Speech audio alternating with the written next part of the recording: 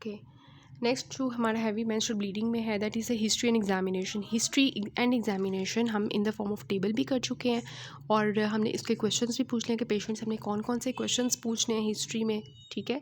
तो वो आपको जो है वो लेके जाएगा। एग्जामिनेशन ऑब्वियसली आप उसकी बाय मैनुअल एग्जामिनेशन करोगे, आप उसकी स्पेकुलम एग्जामिनेशन करोगे, ठीक है, उसकी एब्डोमिनल एग्जामिनेशन, पेल्विक एग्जामिनेशन करोगे, ठीक है, ताकि वो आपको जो है वो लेके जाए टू द कंक्लूजन, ठीक है। तो ये सब कुछ आप जो एब्डोमिनल एग्जामिनेशन करोगे तो उसमें आपको कोई मास फील हो सकता है which can lead you to the cancer, ठीक है, और सम अदर थिंग्स। और अगर आप पेल्विक एग्जामिनेशन करते हो तो उसमें आपको कोई मैसेज मिल सकते हैं लाइक पॉलिप्स या कार्सिनोमा की तरफ लेके जा सकते हैं, ठीक है। तो आप उसकी एग्जामिनेशन करोगे। एग्जामिनेशन करने के बाद obviously you will do the investigations. तो इन्वेस्टिगेशंस में देखें, अभी आपने ब्लड मेडिसिन पढ़ा है तो आपके माइंड में बहुत सी ब्लीडिंग से रिलेटेड तो बहुत सी इन्वेस्टिगेशंस आपके बैक ऑफ माइंड में अभी होनी चाहिए, लाइक सीबीसी है ना। तो सीबीसी आप क्यों करवाते हो? ताकि पेशेंट का जो है देख सकें कि कहीं उसका एचबी लेवल तो ड्रॉप नहीं कर गया इतनी ज़्यादा ब्लीडिंग की वजह से। एचबी लेवल को चेक कर लोगे, अनीमिया को देख लोगे, ठीक है। अच्छा, उसके बाद आता है कोगुलेशन। कोगुलेशन ऑब्वियसली करवाओगे ये डिटेक्ट करने के लिए कि कहीं कोगुलेशन डिफेक्ट्स की वजह से तो उसकी ब्लीडिंग तो नहीं हो रही, लाइक यू नो दैट कि जो हमारी होती है इडियोपैथिक थ्रोम्बोसाइटोपेनिक पर्परा जिसमें प्लेटलेट्स की डेफिशिएंसी हो जाती है, या वॉन विलिब्रेंट डिजीज़ होती है जिसमें प्लेटलेट्स जो है वो काम नहीं कर पाते वॉन विलिब्रेंट ना होने की वजह से, तो उन लोगों की तो ब्लीडिंग रुकती नहीं है। तो हैवी मेंस्ट्रुअल ब्लीडिंग उसकी वजह से तो नहीं हुई। कोगुलेशन प्रोफाइल हम सारी करवा लेंगे, पीटीटी करवा लेंगे, ठीक है, हम उसकी जो है वो आईएनआर करवा लेंगे, ये सब कुछ, ठीक है, और उसकी जो है कोगुलेटिंग फैक्टर्स उसके चेक करवा लेंगे, ठीक हो गया। अच्छा, नेक्स्ट इज़ कि हम उसके जो है पेल्विक अल्ट्रासाउंड करवाएंगे। पेल्विक अल्ट्रासाउंड स्कैन जो है वो हम करवाते हैं कब, ठीक है, हैवी मेंस्ट्रुअल ब्लीडिंग की जो पेशेंट आ रही है वो हम तब करवाते हैं जब आपको कोई भी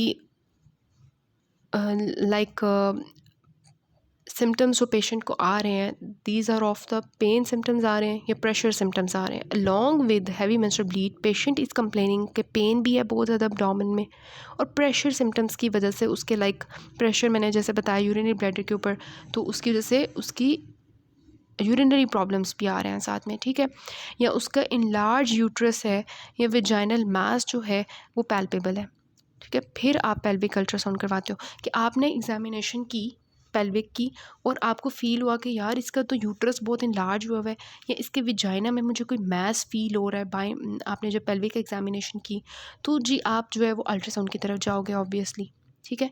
या ये है कि आपने जो है उसको हैवी मेंस्ट्रुअल ब्लीड के लिए जो है ड्रग्स देना शुरू की थी लेकिन उनका काम नहीं बना। अब आप सोच रहे हो कि यार ड्रग्स से भी इसकी ब्लीडिंग नहीं रुक रही, अब हम पढ़ेंगे कौन सी ड्रग्स देते हैं। तो अब जो है ना मुझे अल्ट्रासाउंड करके चेक करना पड़ेगा, कुछ ना कुछ मसला तो चल रहा है, ठीक है। So this is the case. Then we have the swabs obviously हमने देखा कि हाई विजाइनल और एंडोसर्वाइकल स्वैब्स लेते हैं to rule out any PID, ठीक है, pelvic inflammatory disease. Then we have the endometrial biopsy.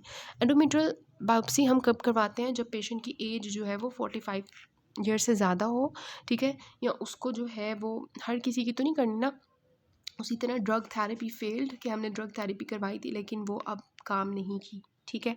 ये भी have the patient is having the irregular, ठीक है, और इंटरमेंस्ट्रुअल ब्लीड, ठीक है, मतलब वो post coital bleeding and menstrual bleeding. Obviously जब इस तरह की चीज़ें होंगी ना, जैसे मैंने कहा कि वो पैथोलॉजी आपको लग रही है तो अब आप एंडोमेट्रियल बायोप्सी करवाओगे इन the patient of greater than 45, क्योंकि इन लोगों में कैंसर का ज़्यादा होता है, you now that drug therapy fail हो गई है, अब हमने सोचना है कि हम बायोप्सी करवा लें, ठीक है, या इरेगुलर और इंटरमेंस्ट्रुअल ब्लीड चल रही है तो आप एंडोमेट्रियल बायोप्सी करवा लोगे, ठीक है। इसके अलावा आप जो है वो अच्छा, इसके अलावा TFTs भी करवाओगे, थायराइड फंक्शन टेस्ट्स, ठीक है। इसके अलावा वी हैव द अच्छा, अब हमने जो है वो करवाना है ट्रांसवेजाइनल अल्ट्रासाउंड, ठीक है, ये भी आप करवा लेते हो, ट्रांसवेजाइनल अल्ट्रासाउंड। अच्छा, फिर हमारी जो लास्ट चलती है ना वो हिस्टेरोस्कोपी है। हिस्टेरोस्कोपी जो है आउट पेशेंट जो होता है उसमें भी हम करवा सकते हैं, और हिस्टेरोस्कोपी हम तब करवाते हैं जब हमारी एंडोमेट्रियल बायोप्सी हमने जो करवाई उससे भी हमें पता नहीं चला क्या मसला था, ठीक है। या हमने जो एंडोमेट्रियल बायोप्सी का सैंपल लिया था that was insufficient for the histopathology assessment, ठीक है। या हमने ट्रांसवेजाइनल अल्ट्रासाउंड किया और उससे भी हमें कोई कॉज या का जो है ना नहीं पता चला, ठीक है।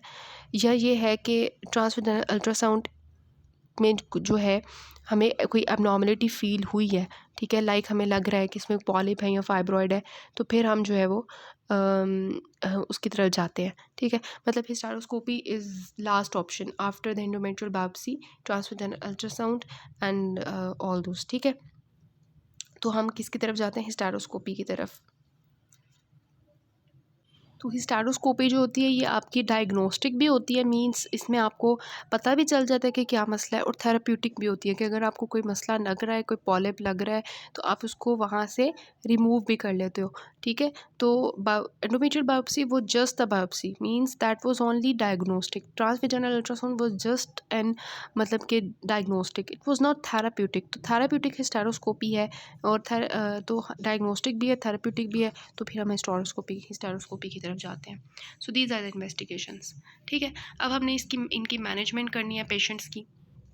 तो मैनेजमेंट के लिए आपकी बुक में एक टेबल बना होगा कि जो एक्यूट हमारा हैवी मेंस्ट्रुअल ब्लीडिंग की फीमेल आती है ना, एक्यूट हैवी मेंस्ट्रुअल ब्लीडिंग मतलब इतनी ज़्यादा ब्लीडिंग हो रही है कि अब जो है वो शॉक की तरफ जा सकती है, तो उसकी मैनेजमेंट थोड़ी डिफरेंट होनी चाहिए ना। लाइक हम उसको जल्दी से एडमिट करवाएंगे इमरजेंसी में, और फिर उसकी जल्दी जल्दी पेल्विक एग्जामिनेशन करवाएंगे, उसकी थोड़ी इन्वेस्टिगेशंस करवाएंगे, कोगुलेशन प्रोफाइल वगैरह HB लेवल चेक करवा लेंगे, जल्दी जल्दी उसको IV एक्सेस देंगे, उसकी रिससिटेशन करेंगे, अगर उसको ऑक्सीजन की ज़रूरत है तो ऑक्सीजन देंगे, अगर उसको मतलब उसकी जो है अगर उसको ब्लड की ज़रूरत है तो उसकी ब्लड ट्रांसफ्यूज़ करवाएंगे, ठीक है। जल्दी से उसको ट्रेनएग्जामिक एसिड देंगे। ट्रेनएग्जामिक एसिड जो है एंटीफिब्रिनोलाइटिक होता है, मतलब कि जो है हमारा फिब्रिनोलाइसिस जो हो रही होती है, मतलब एक दफ़ा होता है ना कि क्लॉट बन गया है प्लेटलेट्स की वजह से या कोगुलेटिंग फैक्टर्स की वजह से, फिर एक होता है फाइब्रिनोलाइसिस होती है, मतलब वो क्लॉट टूट जाता है, ठीक है, दोबारा से ब्लड बन जाता है, ठीक है।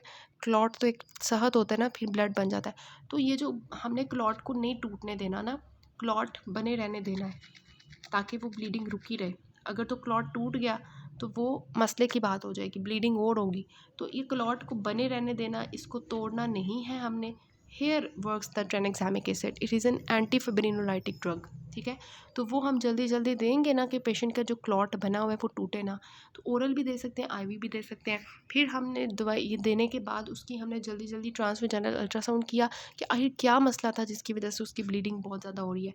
जल्दी जल्दी उसको प्रोजेस्टेरॉन्स दिए, प्रोजेस्टेसन्स दिए, और we have the GnRH analogues, ठीक है। फिर उसका लॉन्ग टर्म प्लान बनाया। अभी उसके हम देखते हैं कि कौन सी मेडिकल मैनेजमेंट है, कौन सी जो है वो हमारी सर्जिकल ऑप्शंस है, ठीक है। मेडिकल मैनेजमेंट में वी हैव द सबसे पहले तो आपकी जो है वो एक्सपेक्टेंट मैनेजमेंट होती है। एक्सपेक्टेंट मैनेजमेंट में you do not do anything, just observe the patient of heavy menstrual bleeding, ठीक है। तो अब हमने जो है एक्सपेक्टेंट मैनेजमेंट के बाद there is always a medical management, ठीक है। तो मेडिकल मैनेजमेंट में 4 ड्रग्स हैं, आपने नहीं भूलनी। This is the levonorgestrel intrauterine system, ये हम पढ़ेंगे आगे बहुत जगहों पे भी कि ये हमारा यूज़ होता है। It is actually the just like आपका यूट्रस के अंदर जो है ना इस तरह करके इम्प्लांट्स हम रख देते हैं which is containing the progesterone, ठीक है। सिंपल ये होता है कि प्रोजेस्टेरॉन होता है, और प्रोजेस्टेरॉन का FSH LH के ऊपर क्या एक्शन होता है, अभी हमने मेंस्ट्रुअल साइकिल डिस्कस किया था। क्या होता है, LH और FSH को ये कम करता है। जब LH FSH कम हो जाएंगे तो ओवुलेशन नहीं होगी। ओवुलेशन नहीं होगी तो पेशेंट जो है उसका कॉर्पस ल्यूटियम भी नहीं बनेगा, और वो जो नॉर्मल एक शेडिंग होनी होती है वो नहीं होगी, मींस वो शेडिंग होगी नहीं अब, ठीक है। This is actually create a state of amenorrhoea in the patient, ठीक है। तो लेवोनोर्जेस्ट्रल इन जो इंट्रायूट्राइन सिस्टम होता है, इसका ये काम होता है कि we have to stop the menstruation, ठीक है। Then we have the tranexamic acid, जिसका रोल हम पढ़ चुके हैं, it is an anti fibrinolytic agent. Then we have the mefenamic acid, ठीक है। अब ये जो होता है हमारा प्रोस्टाग्लैंडिन की सिंथेसिस को कम करता है, ठीक है। प्रोस्टाग्लैंडिन का हमारी बॉडी में यूट्रस के ऊपर डिफरेंट काम होता है। ये यूट्रस की जो वॉल होती है उसको थिक कर रहा होता है, उसकी एंडोमेट्रियम जो है उसको स्ट्रेंथन कर रहा होता है, यू नो दैट। और जितनी ज़्यादा उसकी वॉल थिकन होगी तो जब मेंस्ट्रुएशन वाला फेज़ आएगा ऑब्वियसली उतनी ज़्यादा मेंस्ट्रुएशन होगी, ठीक है, उतनी ज़्यादा शेडिंग होगी, उतनी ज़्यादा मेंस्ट्रुएशन होगी, उतनी ज़्यादा हैवी मेंस्ट्रुएशन होगी, ठीक है। और इसके अलावा प्रोस्टाग्लैंडिन क्या करते हैं कि वेज़ोडायलेशन करवाते हैं, जिसकी वजह से फर्दर ब्लीडिंग इंक्रीज़ होती है। तो ऑब्वियसली जो प्रोस्टाग्लैंडिन है वो हैवी मेंस्ट्रुअल ब्लीडिंग करवा सकता है एंडोमेट्रियल की थिकनिंग की वजह से और वेज़ोडायलेशन की वजह से। So we have to stop its synthesis, ठीक है। तो उसके लिए हम क्या देते हैं, मेफेनेमिक एसिड देते हैं, which is the prostaglandin synthesis inhibitor. Then we have the gonadotropin releasing hormone analogues. Simply ये जो एनालॉग्स होते हैं जब हम देते हैं तो वैसे तो हमारी बॉडी में ये पल्सेटाइल मैनर में रिलीज़ हो रहे होते हैं, लेकिन जब हम इनको बाहर से दे रहे होते हैं एनालॉग्स की फॉर्म में for example we have the goserelin, ठीक है। तो ये क्या करते हैं, ये जो gonadotropin रिलीजिंग हार्मोन जो है उसके कांस्टेंट लेवल्स रखते हैं, जिसकी वजह से पिट्यूटरी हार्मोन जो है वो कम हो जाते हैं। पिट्यूटरी हार्मोन्स कम होंगे मींस एफएसएच कम होंगे, तो ऑब्वियसली ईस्ट्रोजन वगैरह वो जो साइकिल नॉर्मल चलनी थी एक मेंस्ट्रुअल वाली वो नहीं चलेगी और पेशेंट जो है वो चला जाएगा किसकी तरफ के विदाउट मेंस्ट्रुएशन रहेगा, ठीक है। सो हम यही चीज़ें यूज़ करते हैं, लीवोनॉर्जेस्ट्रल इंट्रायूट्राइन सिस्टम, उसका मैंने रोल बताया, ट्राइनेक्सामिक एसिड है, मेफेनेमिक एसिड है, GnRH एनालॉग्स हैं, ठीक है। Then we have the surgical treatment, ठीक है। ऑब्वियसली ब्लीडिंग हो रही है, for example this is a bleeding point, bleeding, so we have to actually ये जो पॉइंट है ब्लीडिंग का इसको हमने स्टॉप करना है, ठीक है। जैसे आपने बहुत जगहों पर पढ़ा था, लाइक एपिस्टेक्सिस आपने टॉपिक पढ़ा था, तो आप क्या करते थे वहाँ पे उसको जला देते थे उस एरिया को जो ब्लीडिंग पॉइंट था। तो एब्लेशन में भी यही होगा कि जो हमारा वो जगह है जहाँ से ब्लीडिंग निकल रही है, ब्लीडिंग हो रही है, उसको हमने जला देना है, ठीक है, ताकि वहाँ से ब्लीडिंग रुक जाए। That is the endometrial ablation, ठीक है। Then we have the umbilical artery embolisation. Umbilical artery जो होती है ये भी हमारे जो है वो एक्चुअली क्या करती है कि जब हम उसकी एम्बोलाइजेशन कर देते हैं तो ब्लीडिंग रुक जाती है। Then we have the myomectomy जो है it is actually for the large fibroids. अगर हमें लग रहा है, हमने सबसे पहले पेल्विक एग्जामिनेशन किया, हमें मैस फील हुआ, हमने अल्ट्रासाउंड किया, हमें फाइब्रॉइड नज़र आ गया, ठीक है, या हमने उसको बाद में मतलब फाइनलाइज कर लिया कि दिस इज़ अ फाइब्रॉइड, तो अब हम क्या करेंगे, अगर तो फाइब्रॉइड जो है वो मायोमीट्रियम के अंदर है, ठीक है। तो अगर मतलब आपको पता है ना, पहले एंडोमीट्रियम होती है, फिर मायोमीट्रियम होती है, फिर हमारी बाहर वाली लेयर होती है, ठीक है। तो अब फाइब्रॉइड आपको मायोमीट्रियम के अंदर नज़र आ रहा है, सुपरफिशियल नहीं है, ठीक है। एंडोमीट्रियम में म्यूकोजा सब म्यूकोजा के लेवल पे नहीं है, वो मायोमीट्रियम के अंदर है। तो ऑब्वियसली हमें जो है वो क्या करना पड़ेगा, मायोमीट्रियम के अंदर से उसको रिमूव करना पड़ेगा, तो मायोमेक्टमी करेंगे, ठीक है। तो ये हम उन लोगों में करते हैं जिनके बहुत बड़े बड़े फाइब्रॉइड्स होते हैं मायोमीट्रियम के अंदर, वो प्रेशर सिम्टम्स कर रहे होते हैं और उसकी वजह से पेशेंट जो है वो कंसीव भी नहीं कर रही होती, ठीक है। तो हम उनमें मायोमेक्टमी करते हैं। Then we have the trans cervical dissection of fibroid. ये ऑब्वियसली उसके लिए होगा जो सब म्यूकोजल या म्यूकोजल फाइब्रॉइड होंगे, ठीक है। अगर तो मायोमीट्रियम के अंदर है, मतलब उसके अंदर फाइब्रॉइड्स, तो मायोमेक्टमी करेंगे। अगर वो म्यूकोजा और सब म्यूकोजल के लेवल पे फाइब्रॉइड्स हैं तो उन केसेस में हम करते हैं trans cervical resection of fibroid. मतलब ये है कि हम सर्विक्स के थ्रू जाएंगे और जो फाइब्रॉइड होगा उसको रिसेक्ट करके बाहर निकाल लेंगे, ठीक है।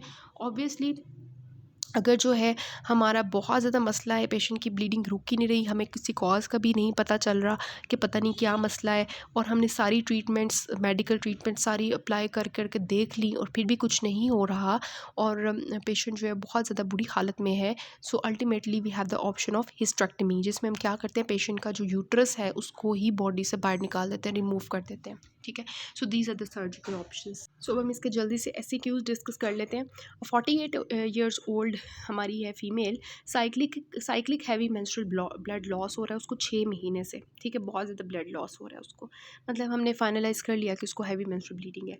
यूट्रस उसका नॉर्मल साइज़ का था, ठीक है, मीन्स लार्ज नहीं हुआ था और उसके फॉर्निक्सिस क्लियर थे, there is no tenderness. Ultrasound अगर जब हमने किया यूट्रस का तो हमें उसकी थिकनेस मिली है, एंडोमेट्रियल थिकनेस इतनी मिली है। अब नेक्स्ट मैनेजमेंट प्लान क्या है, नेक्स्ट मैनेजमेंट प्लान ऑब्वियसली जो है वो क्या होगा कि हम सबसे पहले उसकी इन्वेस्टिगेशंस करवाएंगे, पता नहीं कौन सी कॉज है जिसकी वजह से उसकी जो है ना हैवी मेंस्ट्रुअल ब्लीडिंग हो रही है, तो CBC और कोगुलेशन प्रोफाइल तो हम लाजमी करवा लेंगे, ठीक है। देन हम उसकी LFTs वगैरह करवा लेंगे, कहीं लिवर के अंदर से कोगुलेशन जो फैक्टर्स हैं वो वो तो कम नहीं हो रहे, मतलब लिवर तो ख़राब नहीं है, उसको हम देख लेंगे। और फिर डिपेंडिंग अपॉन द कॉज हम उसका ट्रीट करेंगे। Medical we have the options जो हमने डिस्कस किए, और सर्जिकल ऑप्शन उन्होंने आगे पूछे भी हुए, what medical options you have. So you will say that levonorgestrel intrauterine system we have through tranexamic acid, we have the mefenamic acid, we have the GnRH analogs, ठीक है। इसके अलावा जो आप लिख सकते हो we have the oral contraceptive pills, ठीक है। इसके अलावा नॉरएथिस्ट्रॉन होती है, this is actually progestin analogue. And then we have the even levonorgestrel, ये वाला हम डिस्कस कर चुके हैं, और दिस वन, ठीक है। So these are the options we are having, medical option, ठीक है। Then we have the next question, उसमें उन्होंने पूछा है 40 ईयर्स ओल्ड है और नॉर्मल वेजाइनल उसकी सारी डिलीवरीज हैं, अब उसको हैवी मेंस्ट्रुअल ब्लीडिंग है, बहुत ज़्यादा पेल हो गई है, थायराइड उसका ठीक है, और इसके अलावा उन्होंने बताया हुआ कि बाय मैनुअल एग्जामिनेशन पे हमें साइज़ जो है यूट्रस का वो नॉर्मल फील हुआ था, और मतलब यूट्रस नॉर्मल है। तो अब आपने डिफ़ाइन करना है हैवी मेंस्ट्रुअल ब्लीडिंग को, 80 ml से ज़्यादा है, सिंपल। और इटियोलॉजी क्या है हैवी मेंस्ट्रुअल ब्लीडिंग की, तो सारी इटियोलॉजी मैंने यहाँ लिखी भी हुई है, लेकिन पाम कॉइन भी आपका इसकी फॉर्म में भी आप लिख सकते हो, इस तरह भी लिख सकते हो कि पेल्विक में आपके ये कॉजेज़ हैं, कोगुलेशन डिसऑर्डर्स हो सकते हैं, मेडिकल डिसऑर्डर्स हो सकते हैं, लाइक ड्रग थेरेपी हो सकती है, ठीक है। पेल्विक में वी हैव दीज, ये सारी मैंने लिखी हुई हैं कि आउटसाइड द पेल्विक कैविटी क्या है, इनसाइड क्या है, और वॉल के अंदर क्या है, कैविटी के अंदर क्या है, ठीक है। ये कैविटी वाले हैं और ये वॉल के अंदर है आउटसाइड, बाकी कोगुलेशन डिसऑर्डर्स हैं और मेडिकल डिसऑर्डर्स हैं और ड्रग थेरेपी, ठीक है। Then we are the medical option, जो आपने वही लिखना है जो हमने डिस्कस किया। सर्जिकल मैनेजमेंट ऑप्शंस हम डिस्कस कर चुके हैं, एंडोमेट्रियल एब्लेशन टेक्निक्स हैं, मायोमेक्टमी है, और आपकी जो है ट्रांस सर्वाइकल जो है फाइब्रॉइड रिसेक्शन है, ठीक है। Then we have the umbilical artery embolisation technique and hysterectomy, ठीक है। तो ये सर्जिकल ऑप्शन मेडिकल ऑप्शन हो गए। Then again the 43 years old patient है आपके पास, इमरजेंसी में आई है एक्सेसिव मेंस्ट्रुअल लॉस के साथ। तो अब अपने पॉइंट्स ऑफ मैनेजमेंट जो है उसके बताने हैं। तो पॉइंट्स ऑफ मैनेजमेंट में सबसे पहले आप इस तरह से नहीं लिखोगे कि ट्रीटमेंट में स्टार्ट कर लोगे, सबसे पहले आप हिस्ट्री लोगे, वो सारे क्वेश्चंस पूछोगे, उससे एग्जामिनेशन करोगे सारी पेल्विक अल्ट्रासाउंड, पेल्विक और एब्डोमिनल, ठीक है। उसके बाद आप इन्वेस्टिगेशंस की तरफ जाओगे, फिर आप ट्रीटमेंट की तरफ जाओगे और फॉलो अप की तरफ जाओगे, ठीक है। उसके बाद आ जाता है we have the heavy menstrual bleeding, again clots के साथ आ रहा है और नॉर्मल यूट्रस है, मैनेजमेंट आपने बतानी है। Then we have the again the fifth question है, इसमें भी उन्होंने रेगुलर हैवी मेंस्ट्रुअल ब्लीडिंग है, इन्वेस्टिगेशंस बताने हैं, ट्रीटमेंट ऑप्शंस बताने हैं, और if patient is diagnose to have bleeding of endometrial origin, तो फिर आप क्या करवाओगे, ऑब्वियसली हिस्टेक्टमी करवाओगे इस केस में, ठीक है। Then we have the 46 year old जो है फीमेल है, मेनोरेजिया के साथ आ रही है। तो अब आप जो है एंडोमेट्रियल बायोप्सी विद पेपिले कैसे लोगे, उसका प्रोसीजर मैं आपको बता देती हूँ। ये लो क्वेश्चन हम देखते हैं कि एंडोमेट्रियल बायोप्सी विद पेपिले कैसे लेंगे, उसका आपने इसका प्रोसीजर लिखना है। उसके बाद बता रहे हैं कि क्या आप उसके लिए ये वाला जो है वो करोगे, लेवोनोर्जेस्ट्रल इंट्रायूट्राइन सिस्टम, अगर करोगे तो फिर एक्सप्लेन करें। सो एंडोमेट्रियल बायोप्सी कैसे लेंगे, सबसे पहले हम स्पेकुलम इंजेक्ट करेंगे, इंसर्ट करेंगे वेजाइना में, जैसे मैंने आपको बताया कि किस तरह से इंसर्ट करते हैं। सर्विक्स को एक्सपोज कर लेंगे और फिर एंटीसेप्टिक सोल्यूशन के साथ उसको साफ़ कर लेंगे। फिर क्या होगा, अगर हमें डायलेटर्स की ज़रूरत पड़ती है सर्विकल डायलेशन करवाने के लिए, तो हम वो यूज़ करेंगे। उसके बाद जो है ऑब्वियसली एनेस्थीसिया के बाद, और पेपिलिक कैन्युला जो है उसको फिर हम इंसर्ट करेंगे यूट्राइन कैविटी में, ठीक है। और फिर हम सक्शन स्ट्रिंग जो है सिरिंज जो है उसको अप्लाई करेंगे ताकि एंडोमेट्रियम के पीसेस ले सकें फॉर बायोप्सी। और फिर जब एंडोमेट्रियल टिश्यू को हम ले लेंगे तो उसको हम फिक्सेटिव में रख लेंगे और फिर हिस्टोलॉजी के लिए उसको भेज देंगे हिस्टोलॉजी लैब में, ठीक है। और फिर ये वाला जो उन्होंने पूछा होता है कि लेवोनोर्जेस्ट्रल सिस्टम आप यूज़ करोगे कि नहीं, तो आप बताओगे हाँ वो उसको कंसिडर करेंगे, बिकॉज़ ये हमारा जो है ऑल्टरनेटिव होता है टू द सर्जिकल मैनेजमेंट के लिए बहुत अच्छा हाईली इफेक्टिव होता है ये वाला सिस्टम, ठीक है। हम ज़्यादा देर के लिए लिख सकते हैं ऑल्टरनेटिव टू सर्जरी, ठीक है। अगर आप सर्जरी फॉर एग्जांपल आपने नहीं करनी है, थोड़ी देर बाद करनी है, तो फिर आप इसकी तरफ शिफ्ट करते हो, ठीक है। ये आपका मेंस्ट्रुअल ब्लड लॉस जो है उसको 1 साल के बाद 95% तक कम कर देता है, ठीक है। और इसके बाद ये है कि these results are similar to those for the surgical procedure for the endometrial resection, मतलब बहुत अच्छे रिजल्ट्स हैं इसके। लेकिन 1 साल के बाद जो है इसका जो साइड इफ़ेक्ट आता है, डेट इज़ एमेनोरिया के पेशेंट की, जो ऑब्वियसली प्रोजेस्टेरॉन है ख़त्म, मतलब वो सब कुछ ख़त्म कर देगा, ओवुलेशन बिल्कुल स्टॉप कर देगा, तो पेशेंट को एमेनोरिया हो जाएगा, बिल्कुल भी उसकी मेंस्ट्रुएशन नहीं आएगी, विच इज़ डिज़ायरेबल, मतलब वही जो हमें चाहिए कि एमेनोरिया की कंडीशन हो। Then we have the 42 years old lady having a history of irregular heavy menstrual bleeding. Which investigations you will perform, वो आप बता देंगे. मेडिकल एंड सर्जिकल ऑप्शंस, ये वाला क्वेश्चन हम सॉल्व कर चुके हैं. फिर वी हैव द मेनोरेजिया के साथ पेशेंट आ रही है, तो अब आप बताएंगे कि अल्ट्रासाउंड एग्जामिनेशन में आपको क्या चीज़ मिलेगी. ऑब्वियसली अल्ट्रासाउंड एग्जामिनेशन में आपको कोई एंडोमेट्रियल थिकनिंग मिल जाएगी और कोई मैस मिल जाएगा. ठीक है, लाइक आपको फाइब्रॉइड मिल सकता है, लाइक आपको कोई भी मैस, मतलब मैस मिल सकता है ना. मैस आप फाइंड आउट करो कि कोई मैस है, ठीक है, पॉलिप है या etcetera. Then we have the, मतलब ये आप इस तरह से लिखोगे. 9th वाला क्वेश्चन है हैवी रेगुलर मेंस्ट्रुअल पीरियड्स हैं, और फिर आपने बताना है कि इन्वेस्टिगेशंस क्या है, डीटीज़ क्या है. डीटीज़ में आप वो सारे कॉजेज़ लिखोगे कि ये हो सकते हैं. ठीक है, और मैनेजमेंट जो है वो पेशेंट की मेडिकली आप कैसे करोगे वो हमने देख लिया. Then we have the 36 years old lady जो कि मेनोरेजिया के साथ आपके पास आ रही है, और उसी तरह उन्होंने मेडिकल मैनेजमेंट पूछी है. सो आई थिंक बहुत ईजी क्वेश्चंस हैं इसके. After you have read the topic you can easily right them. So this is all about this topic. Next हम डिसमेनोरिया करते हैं.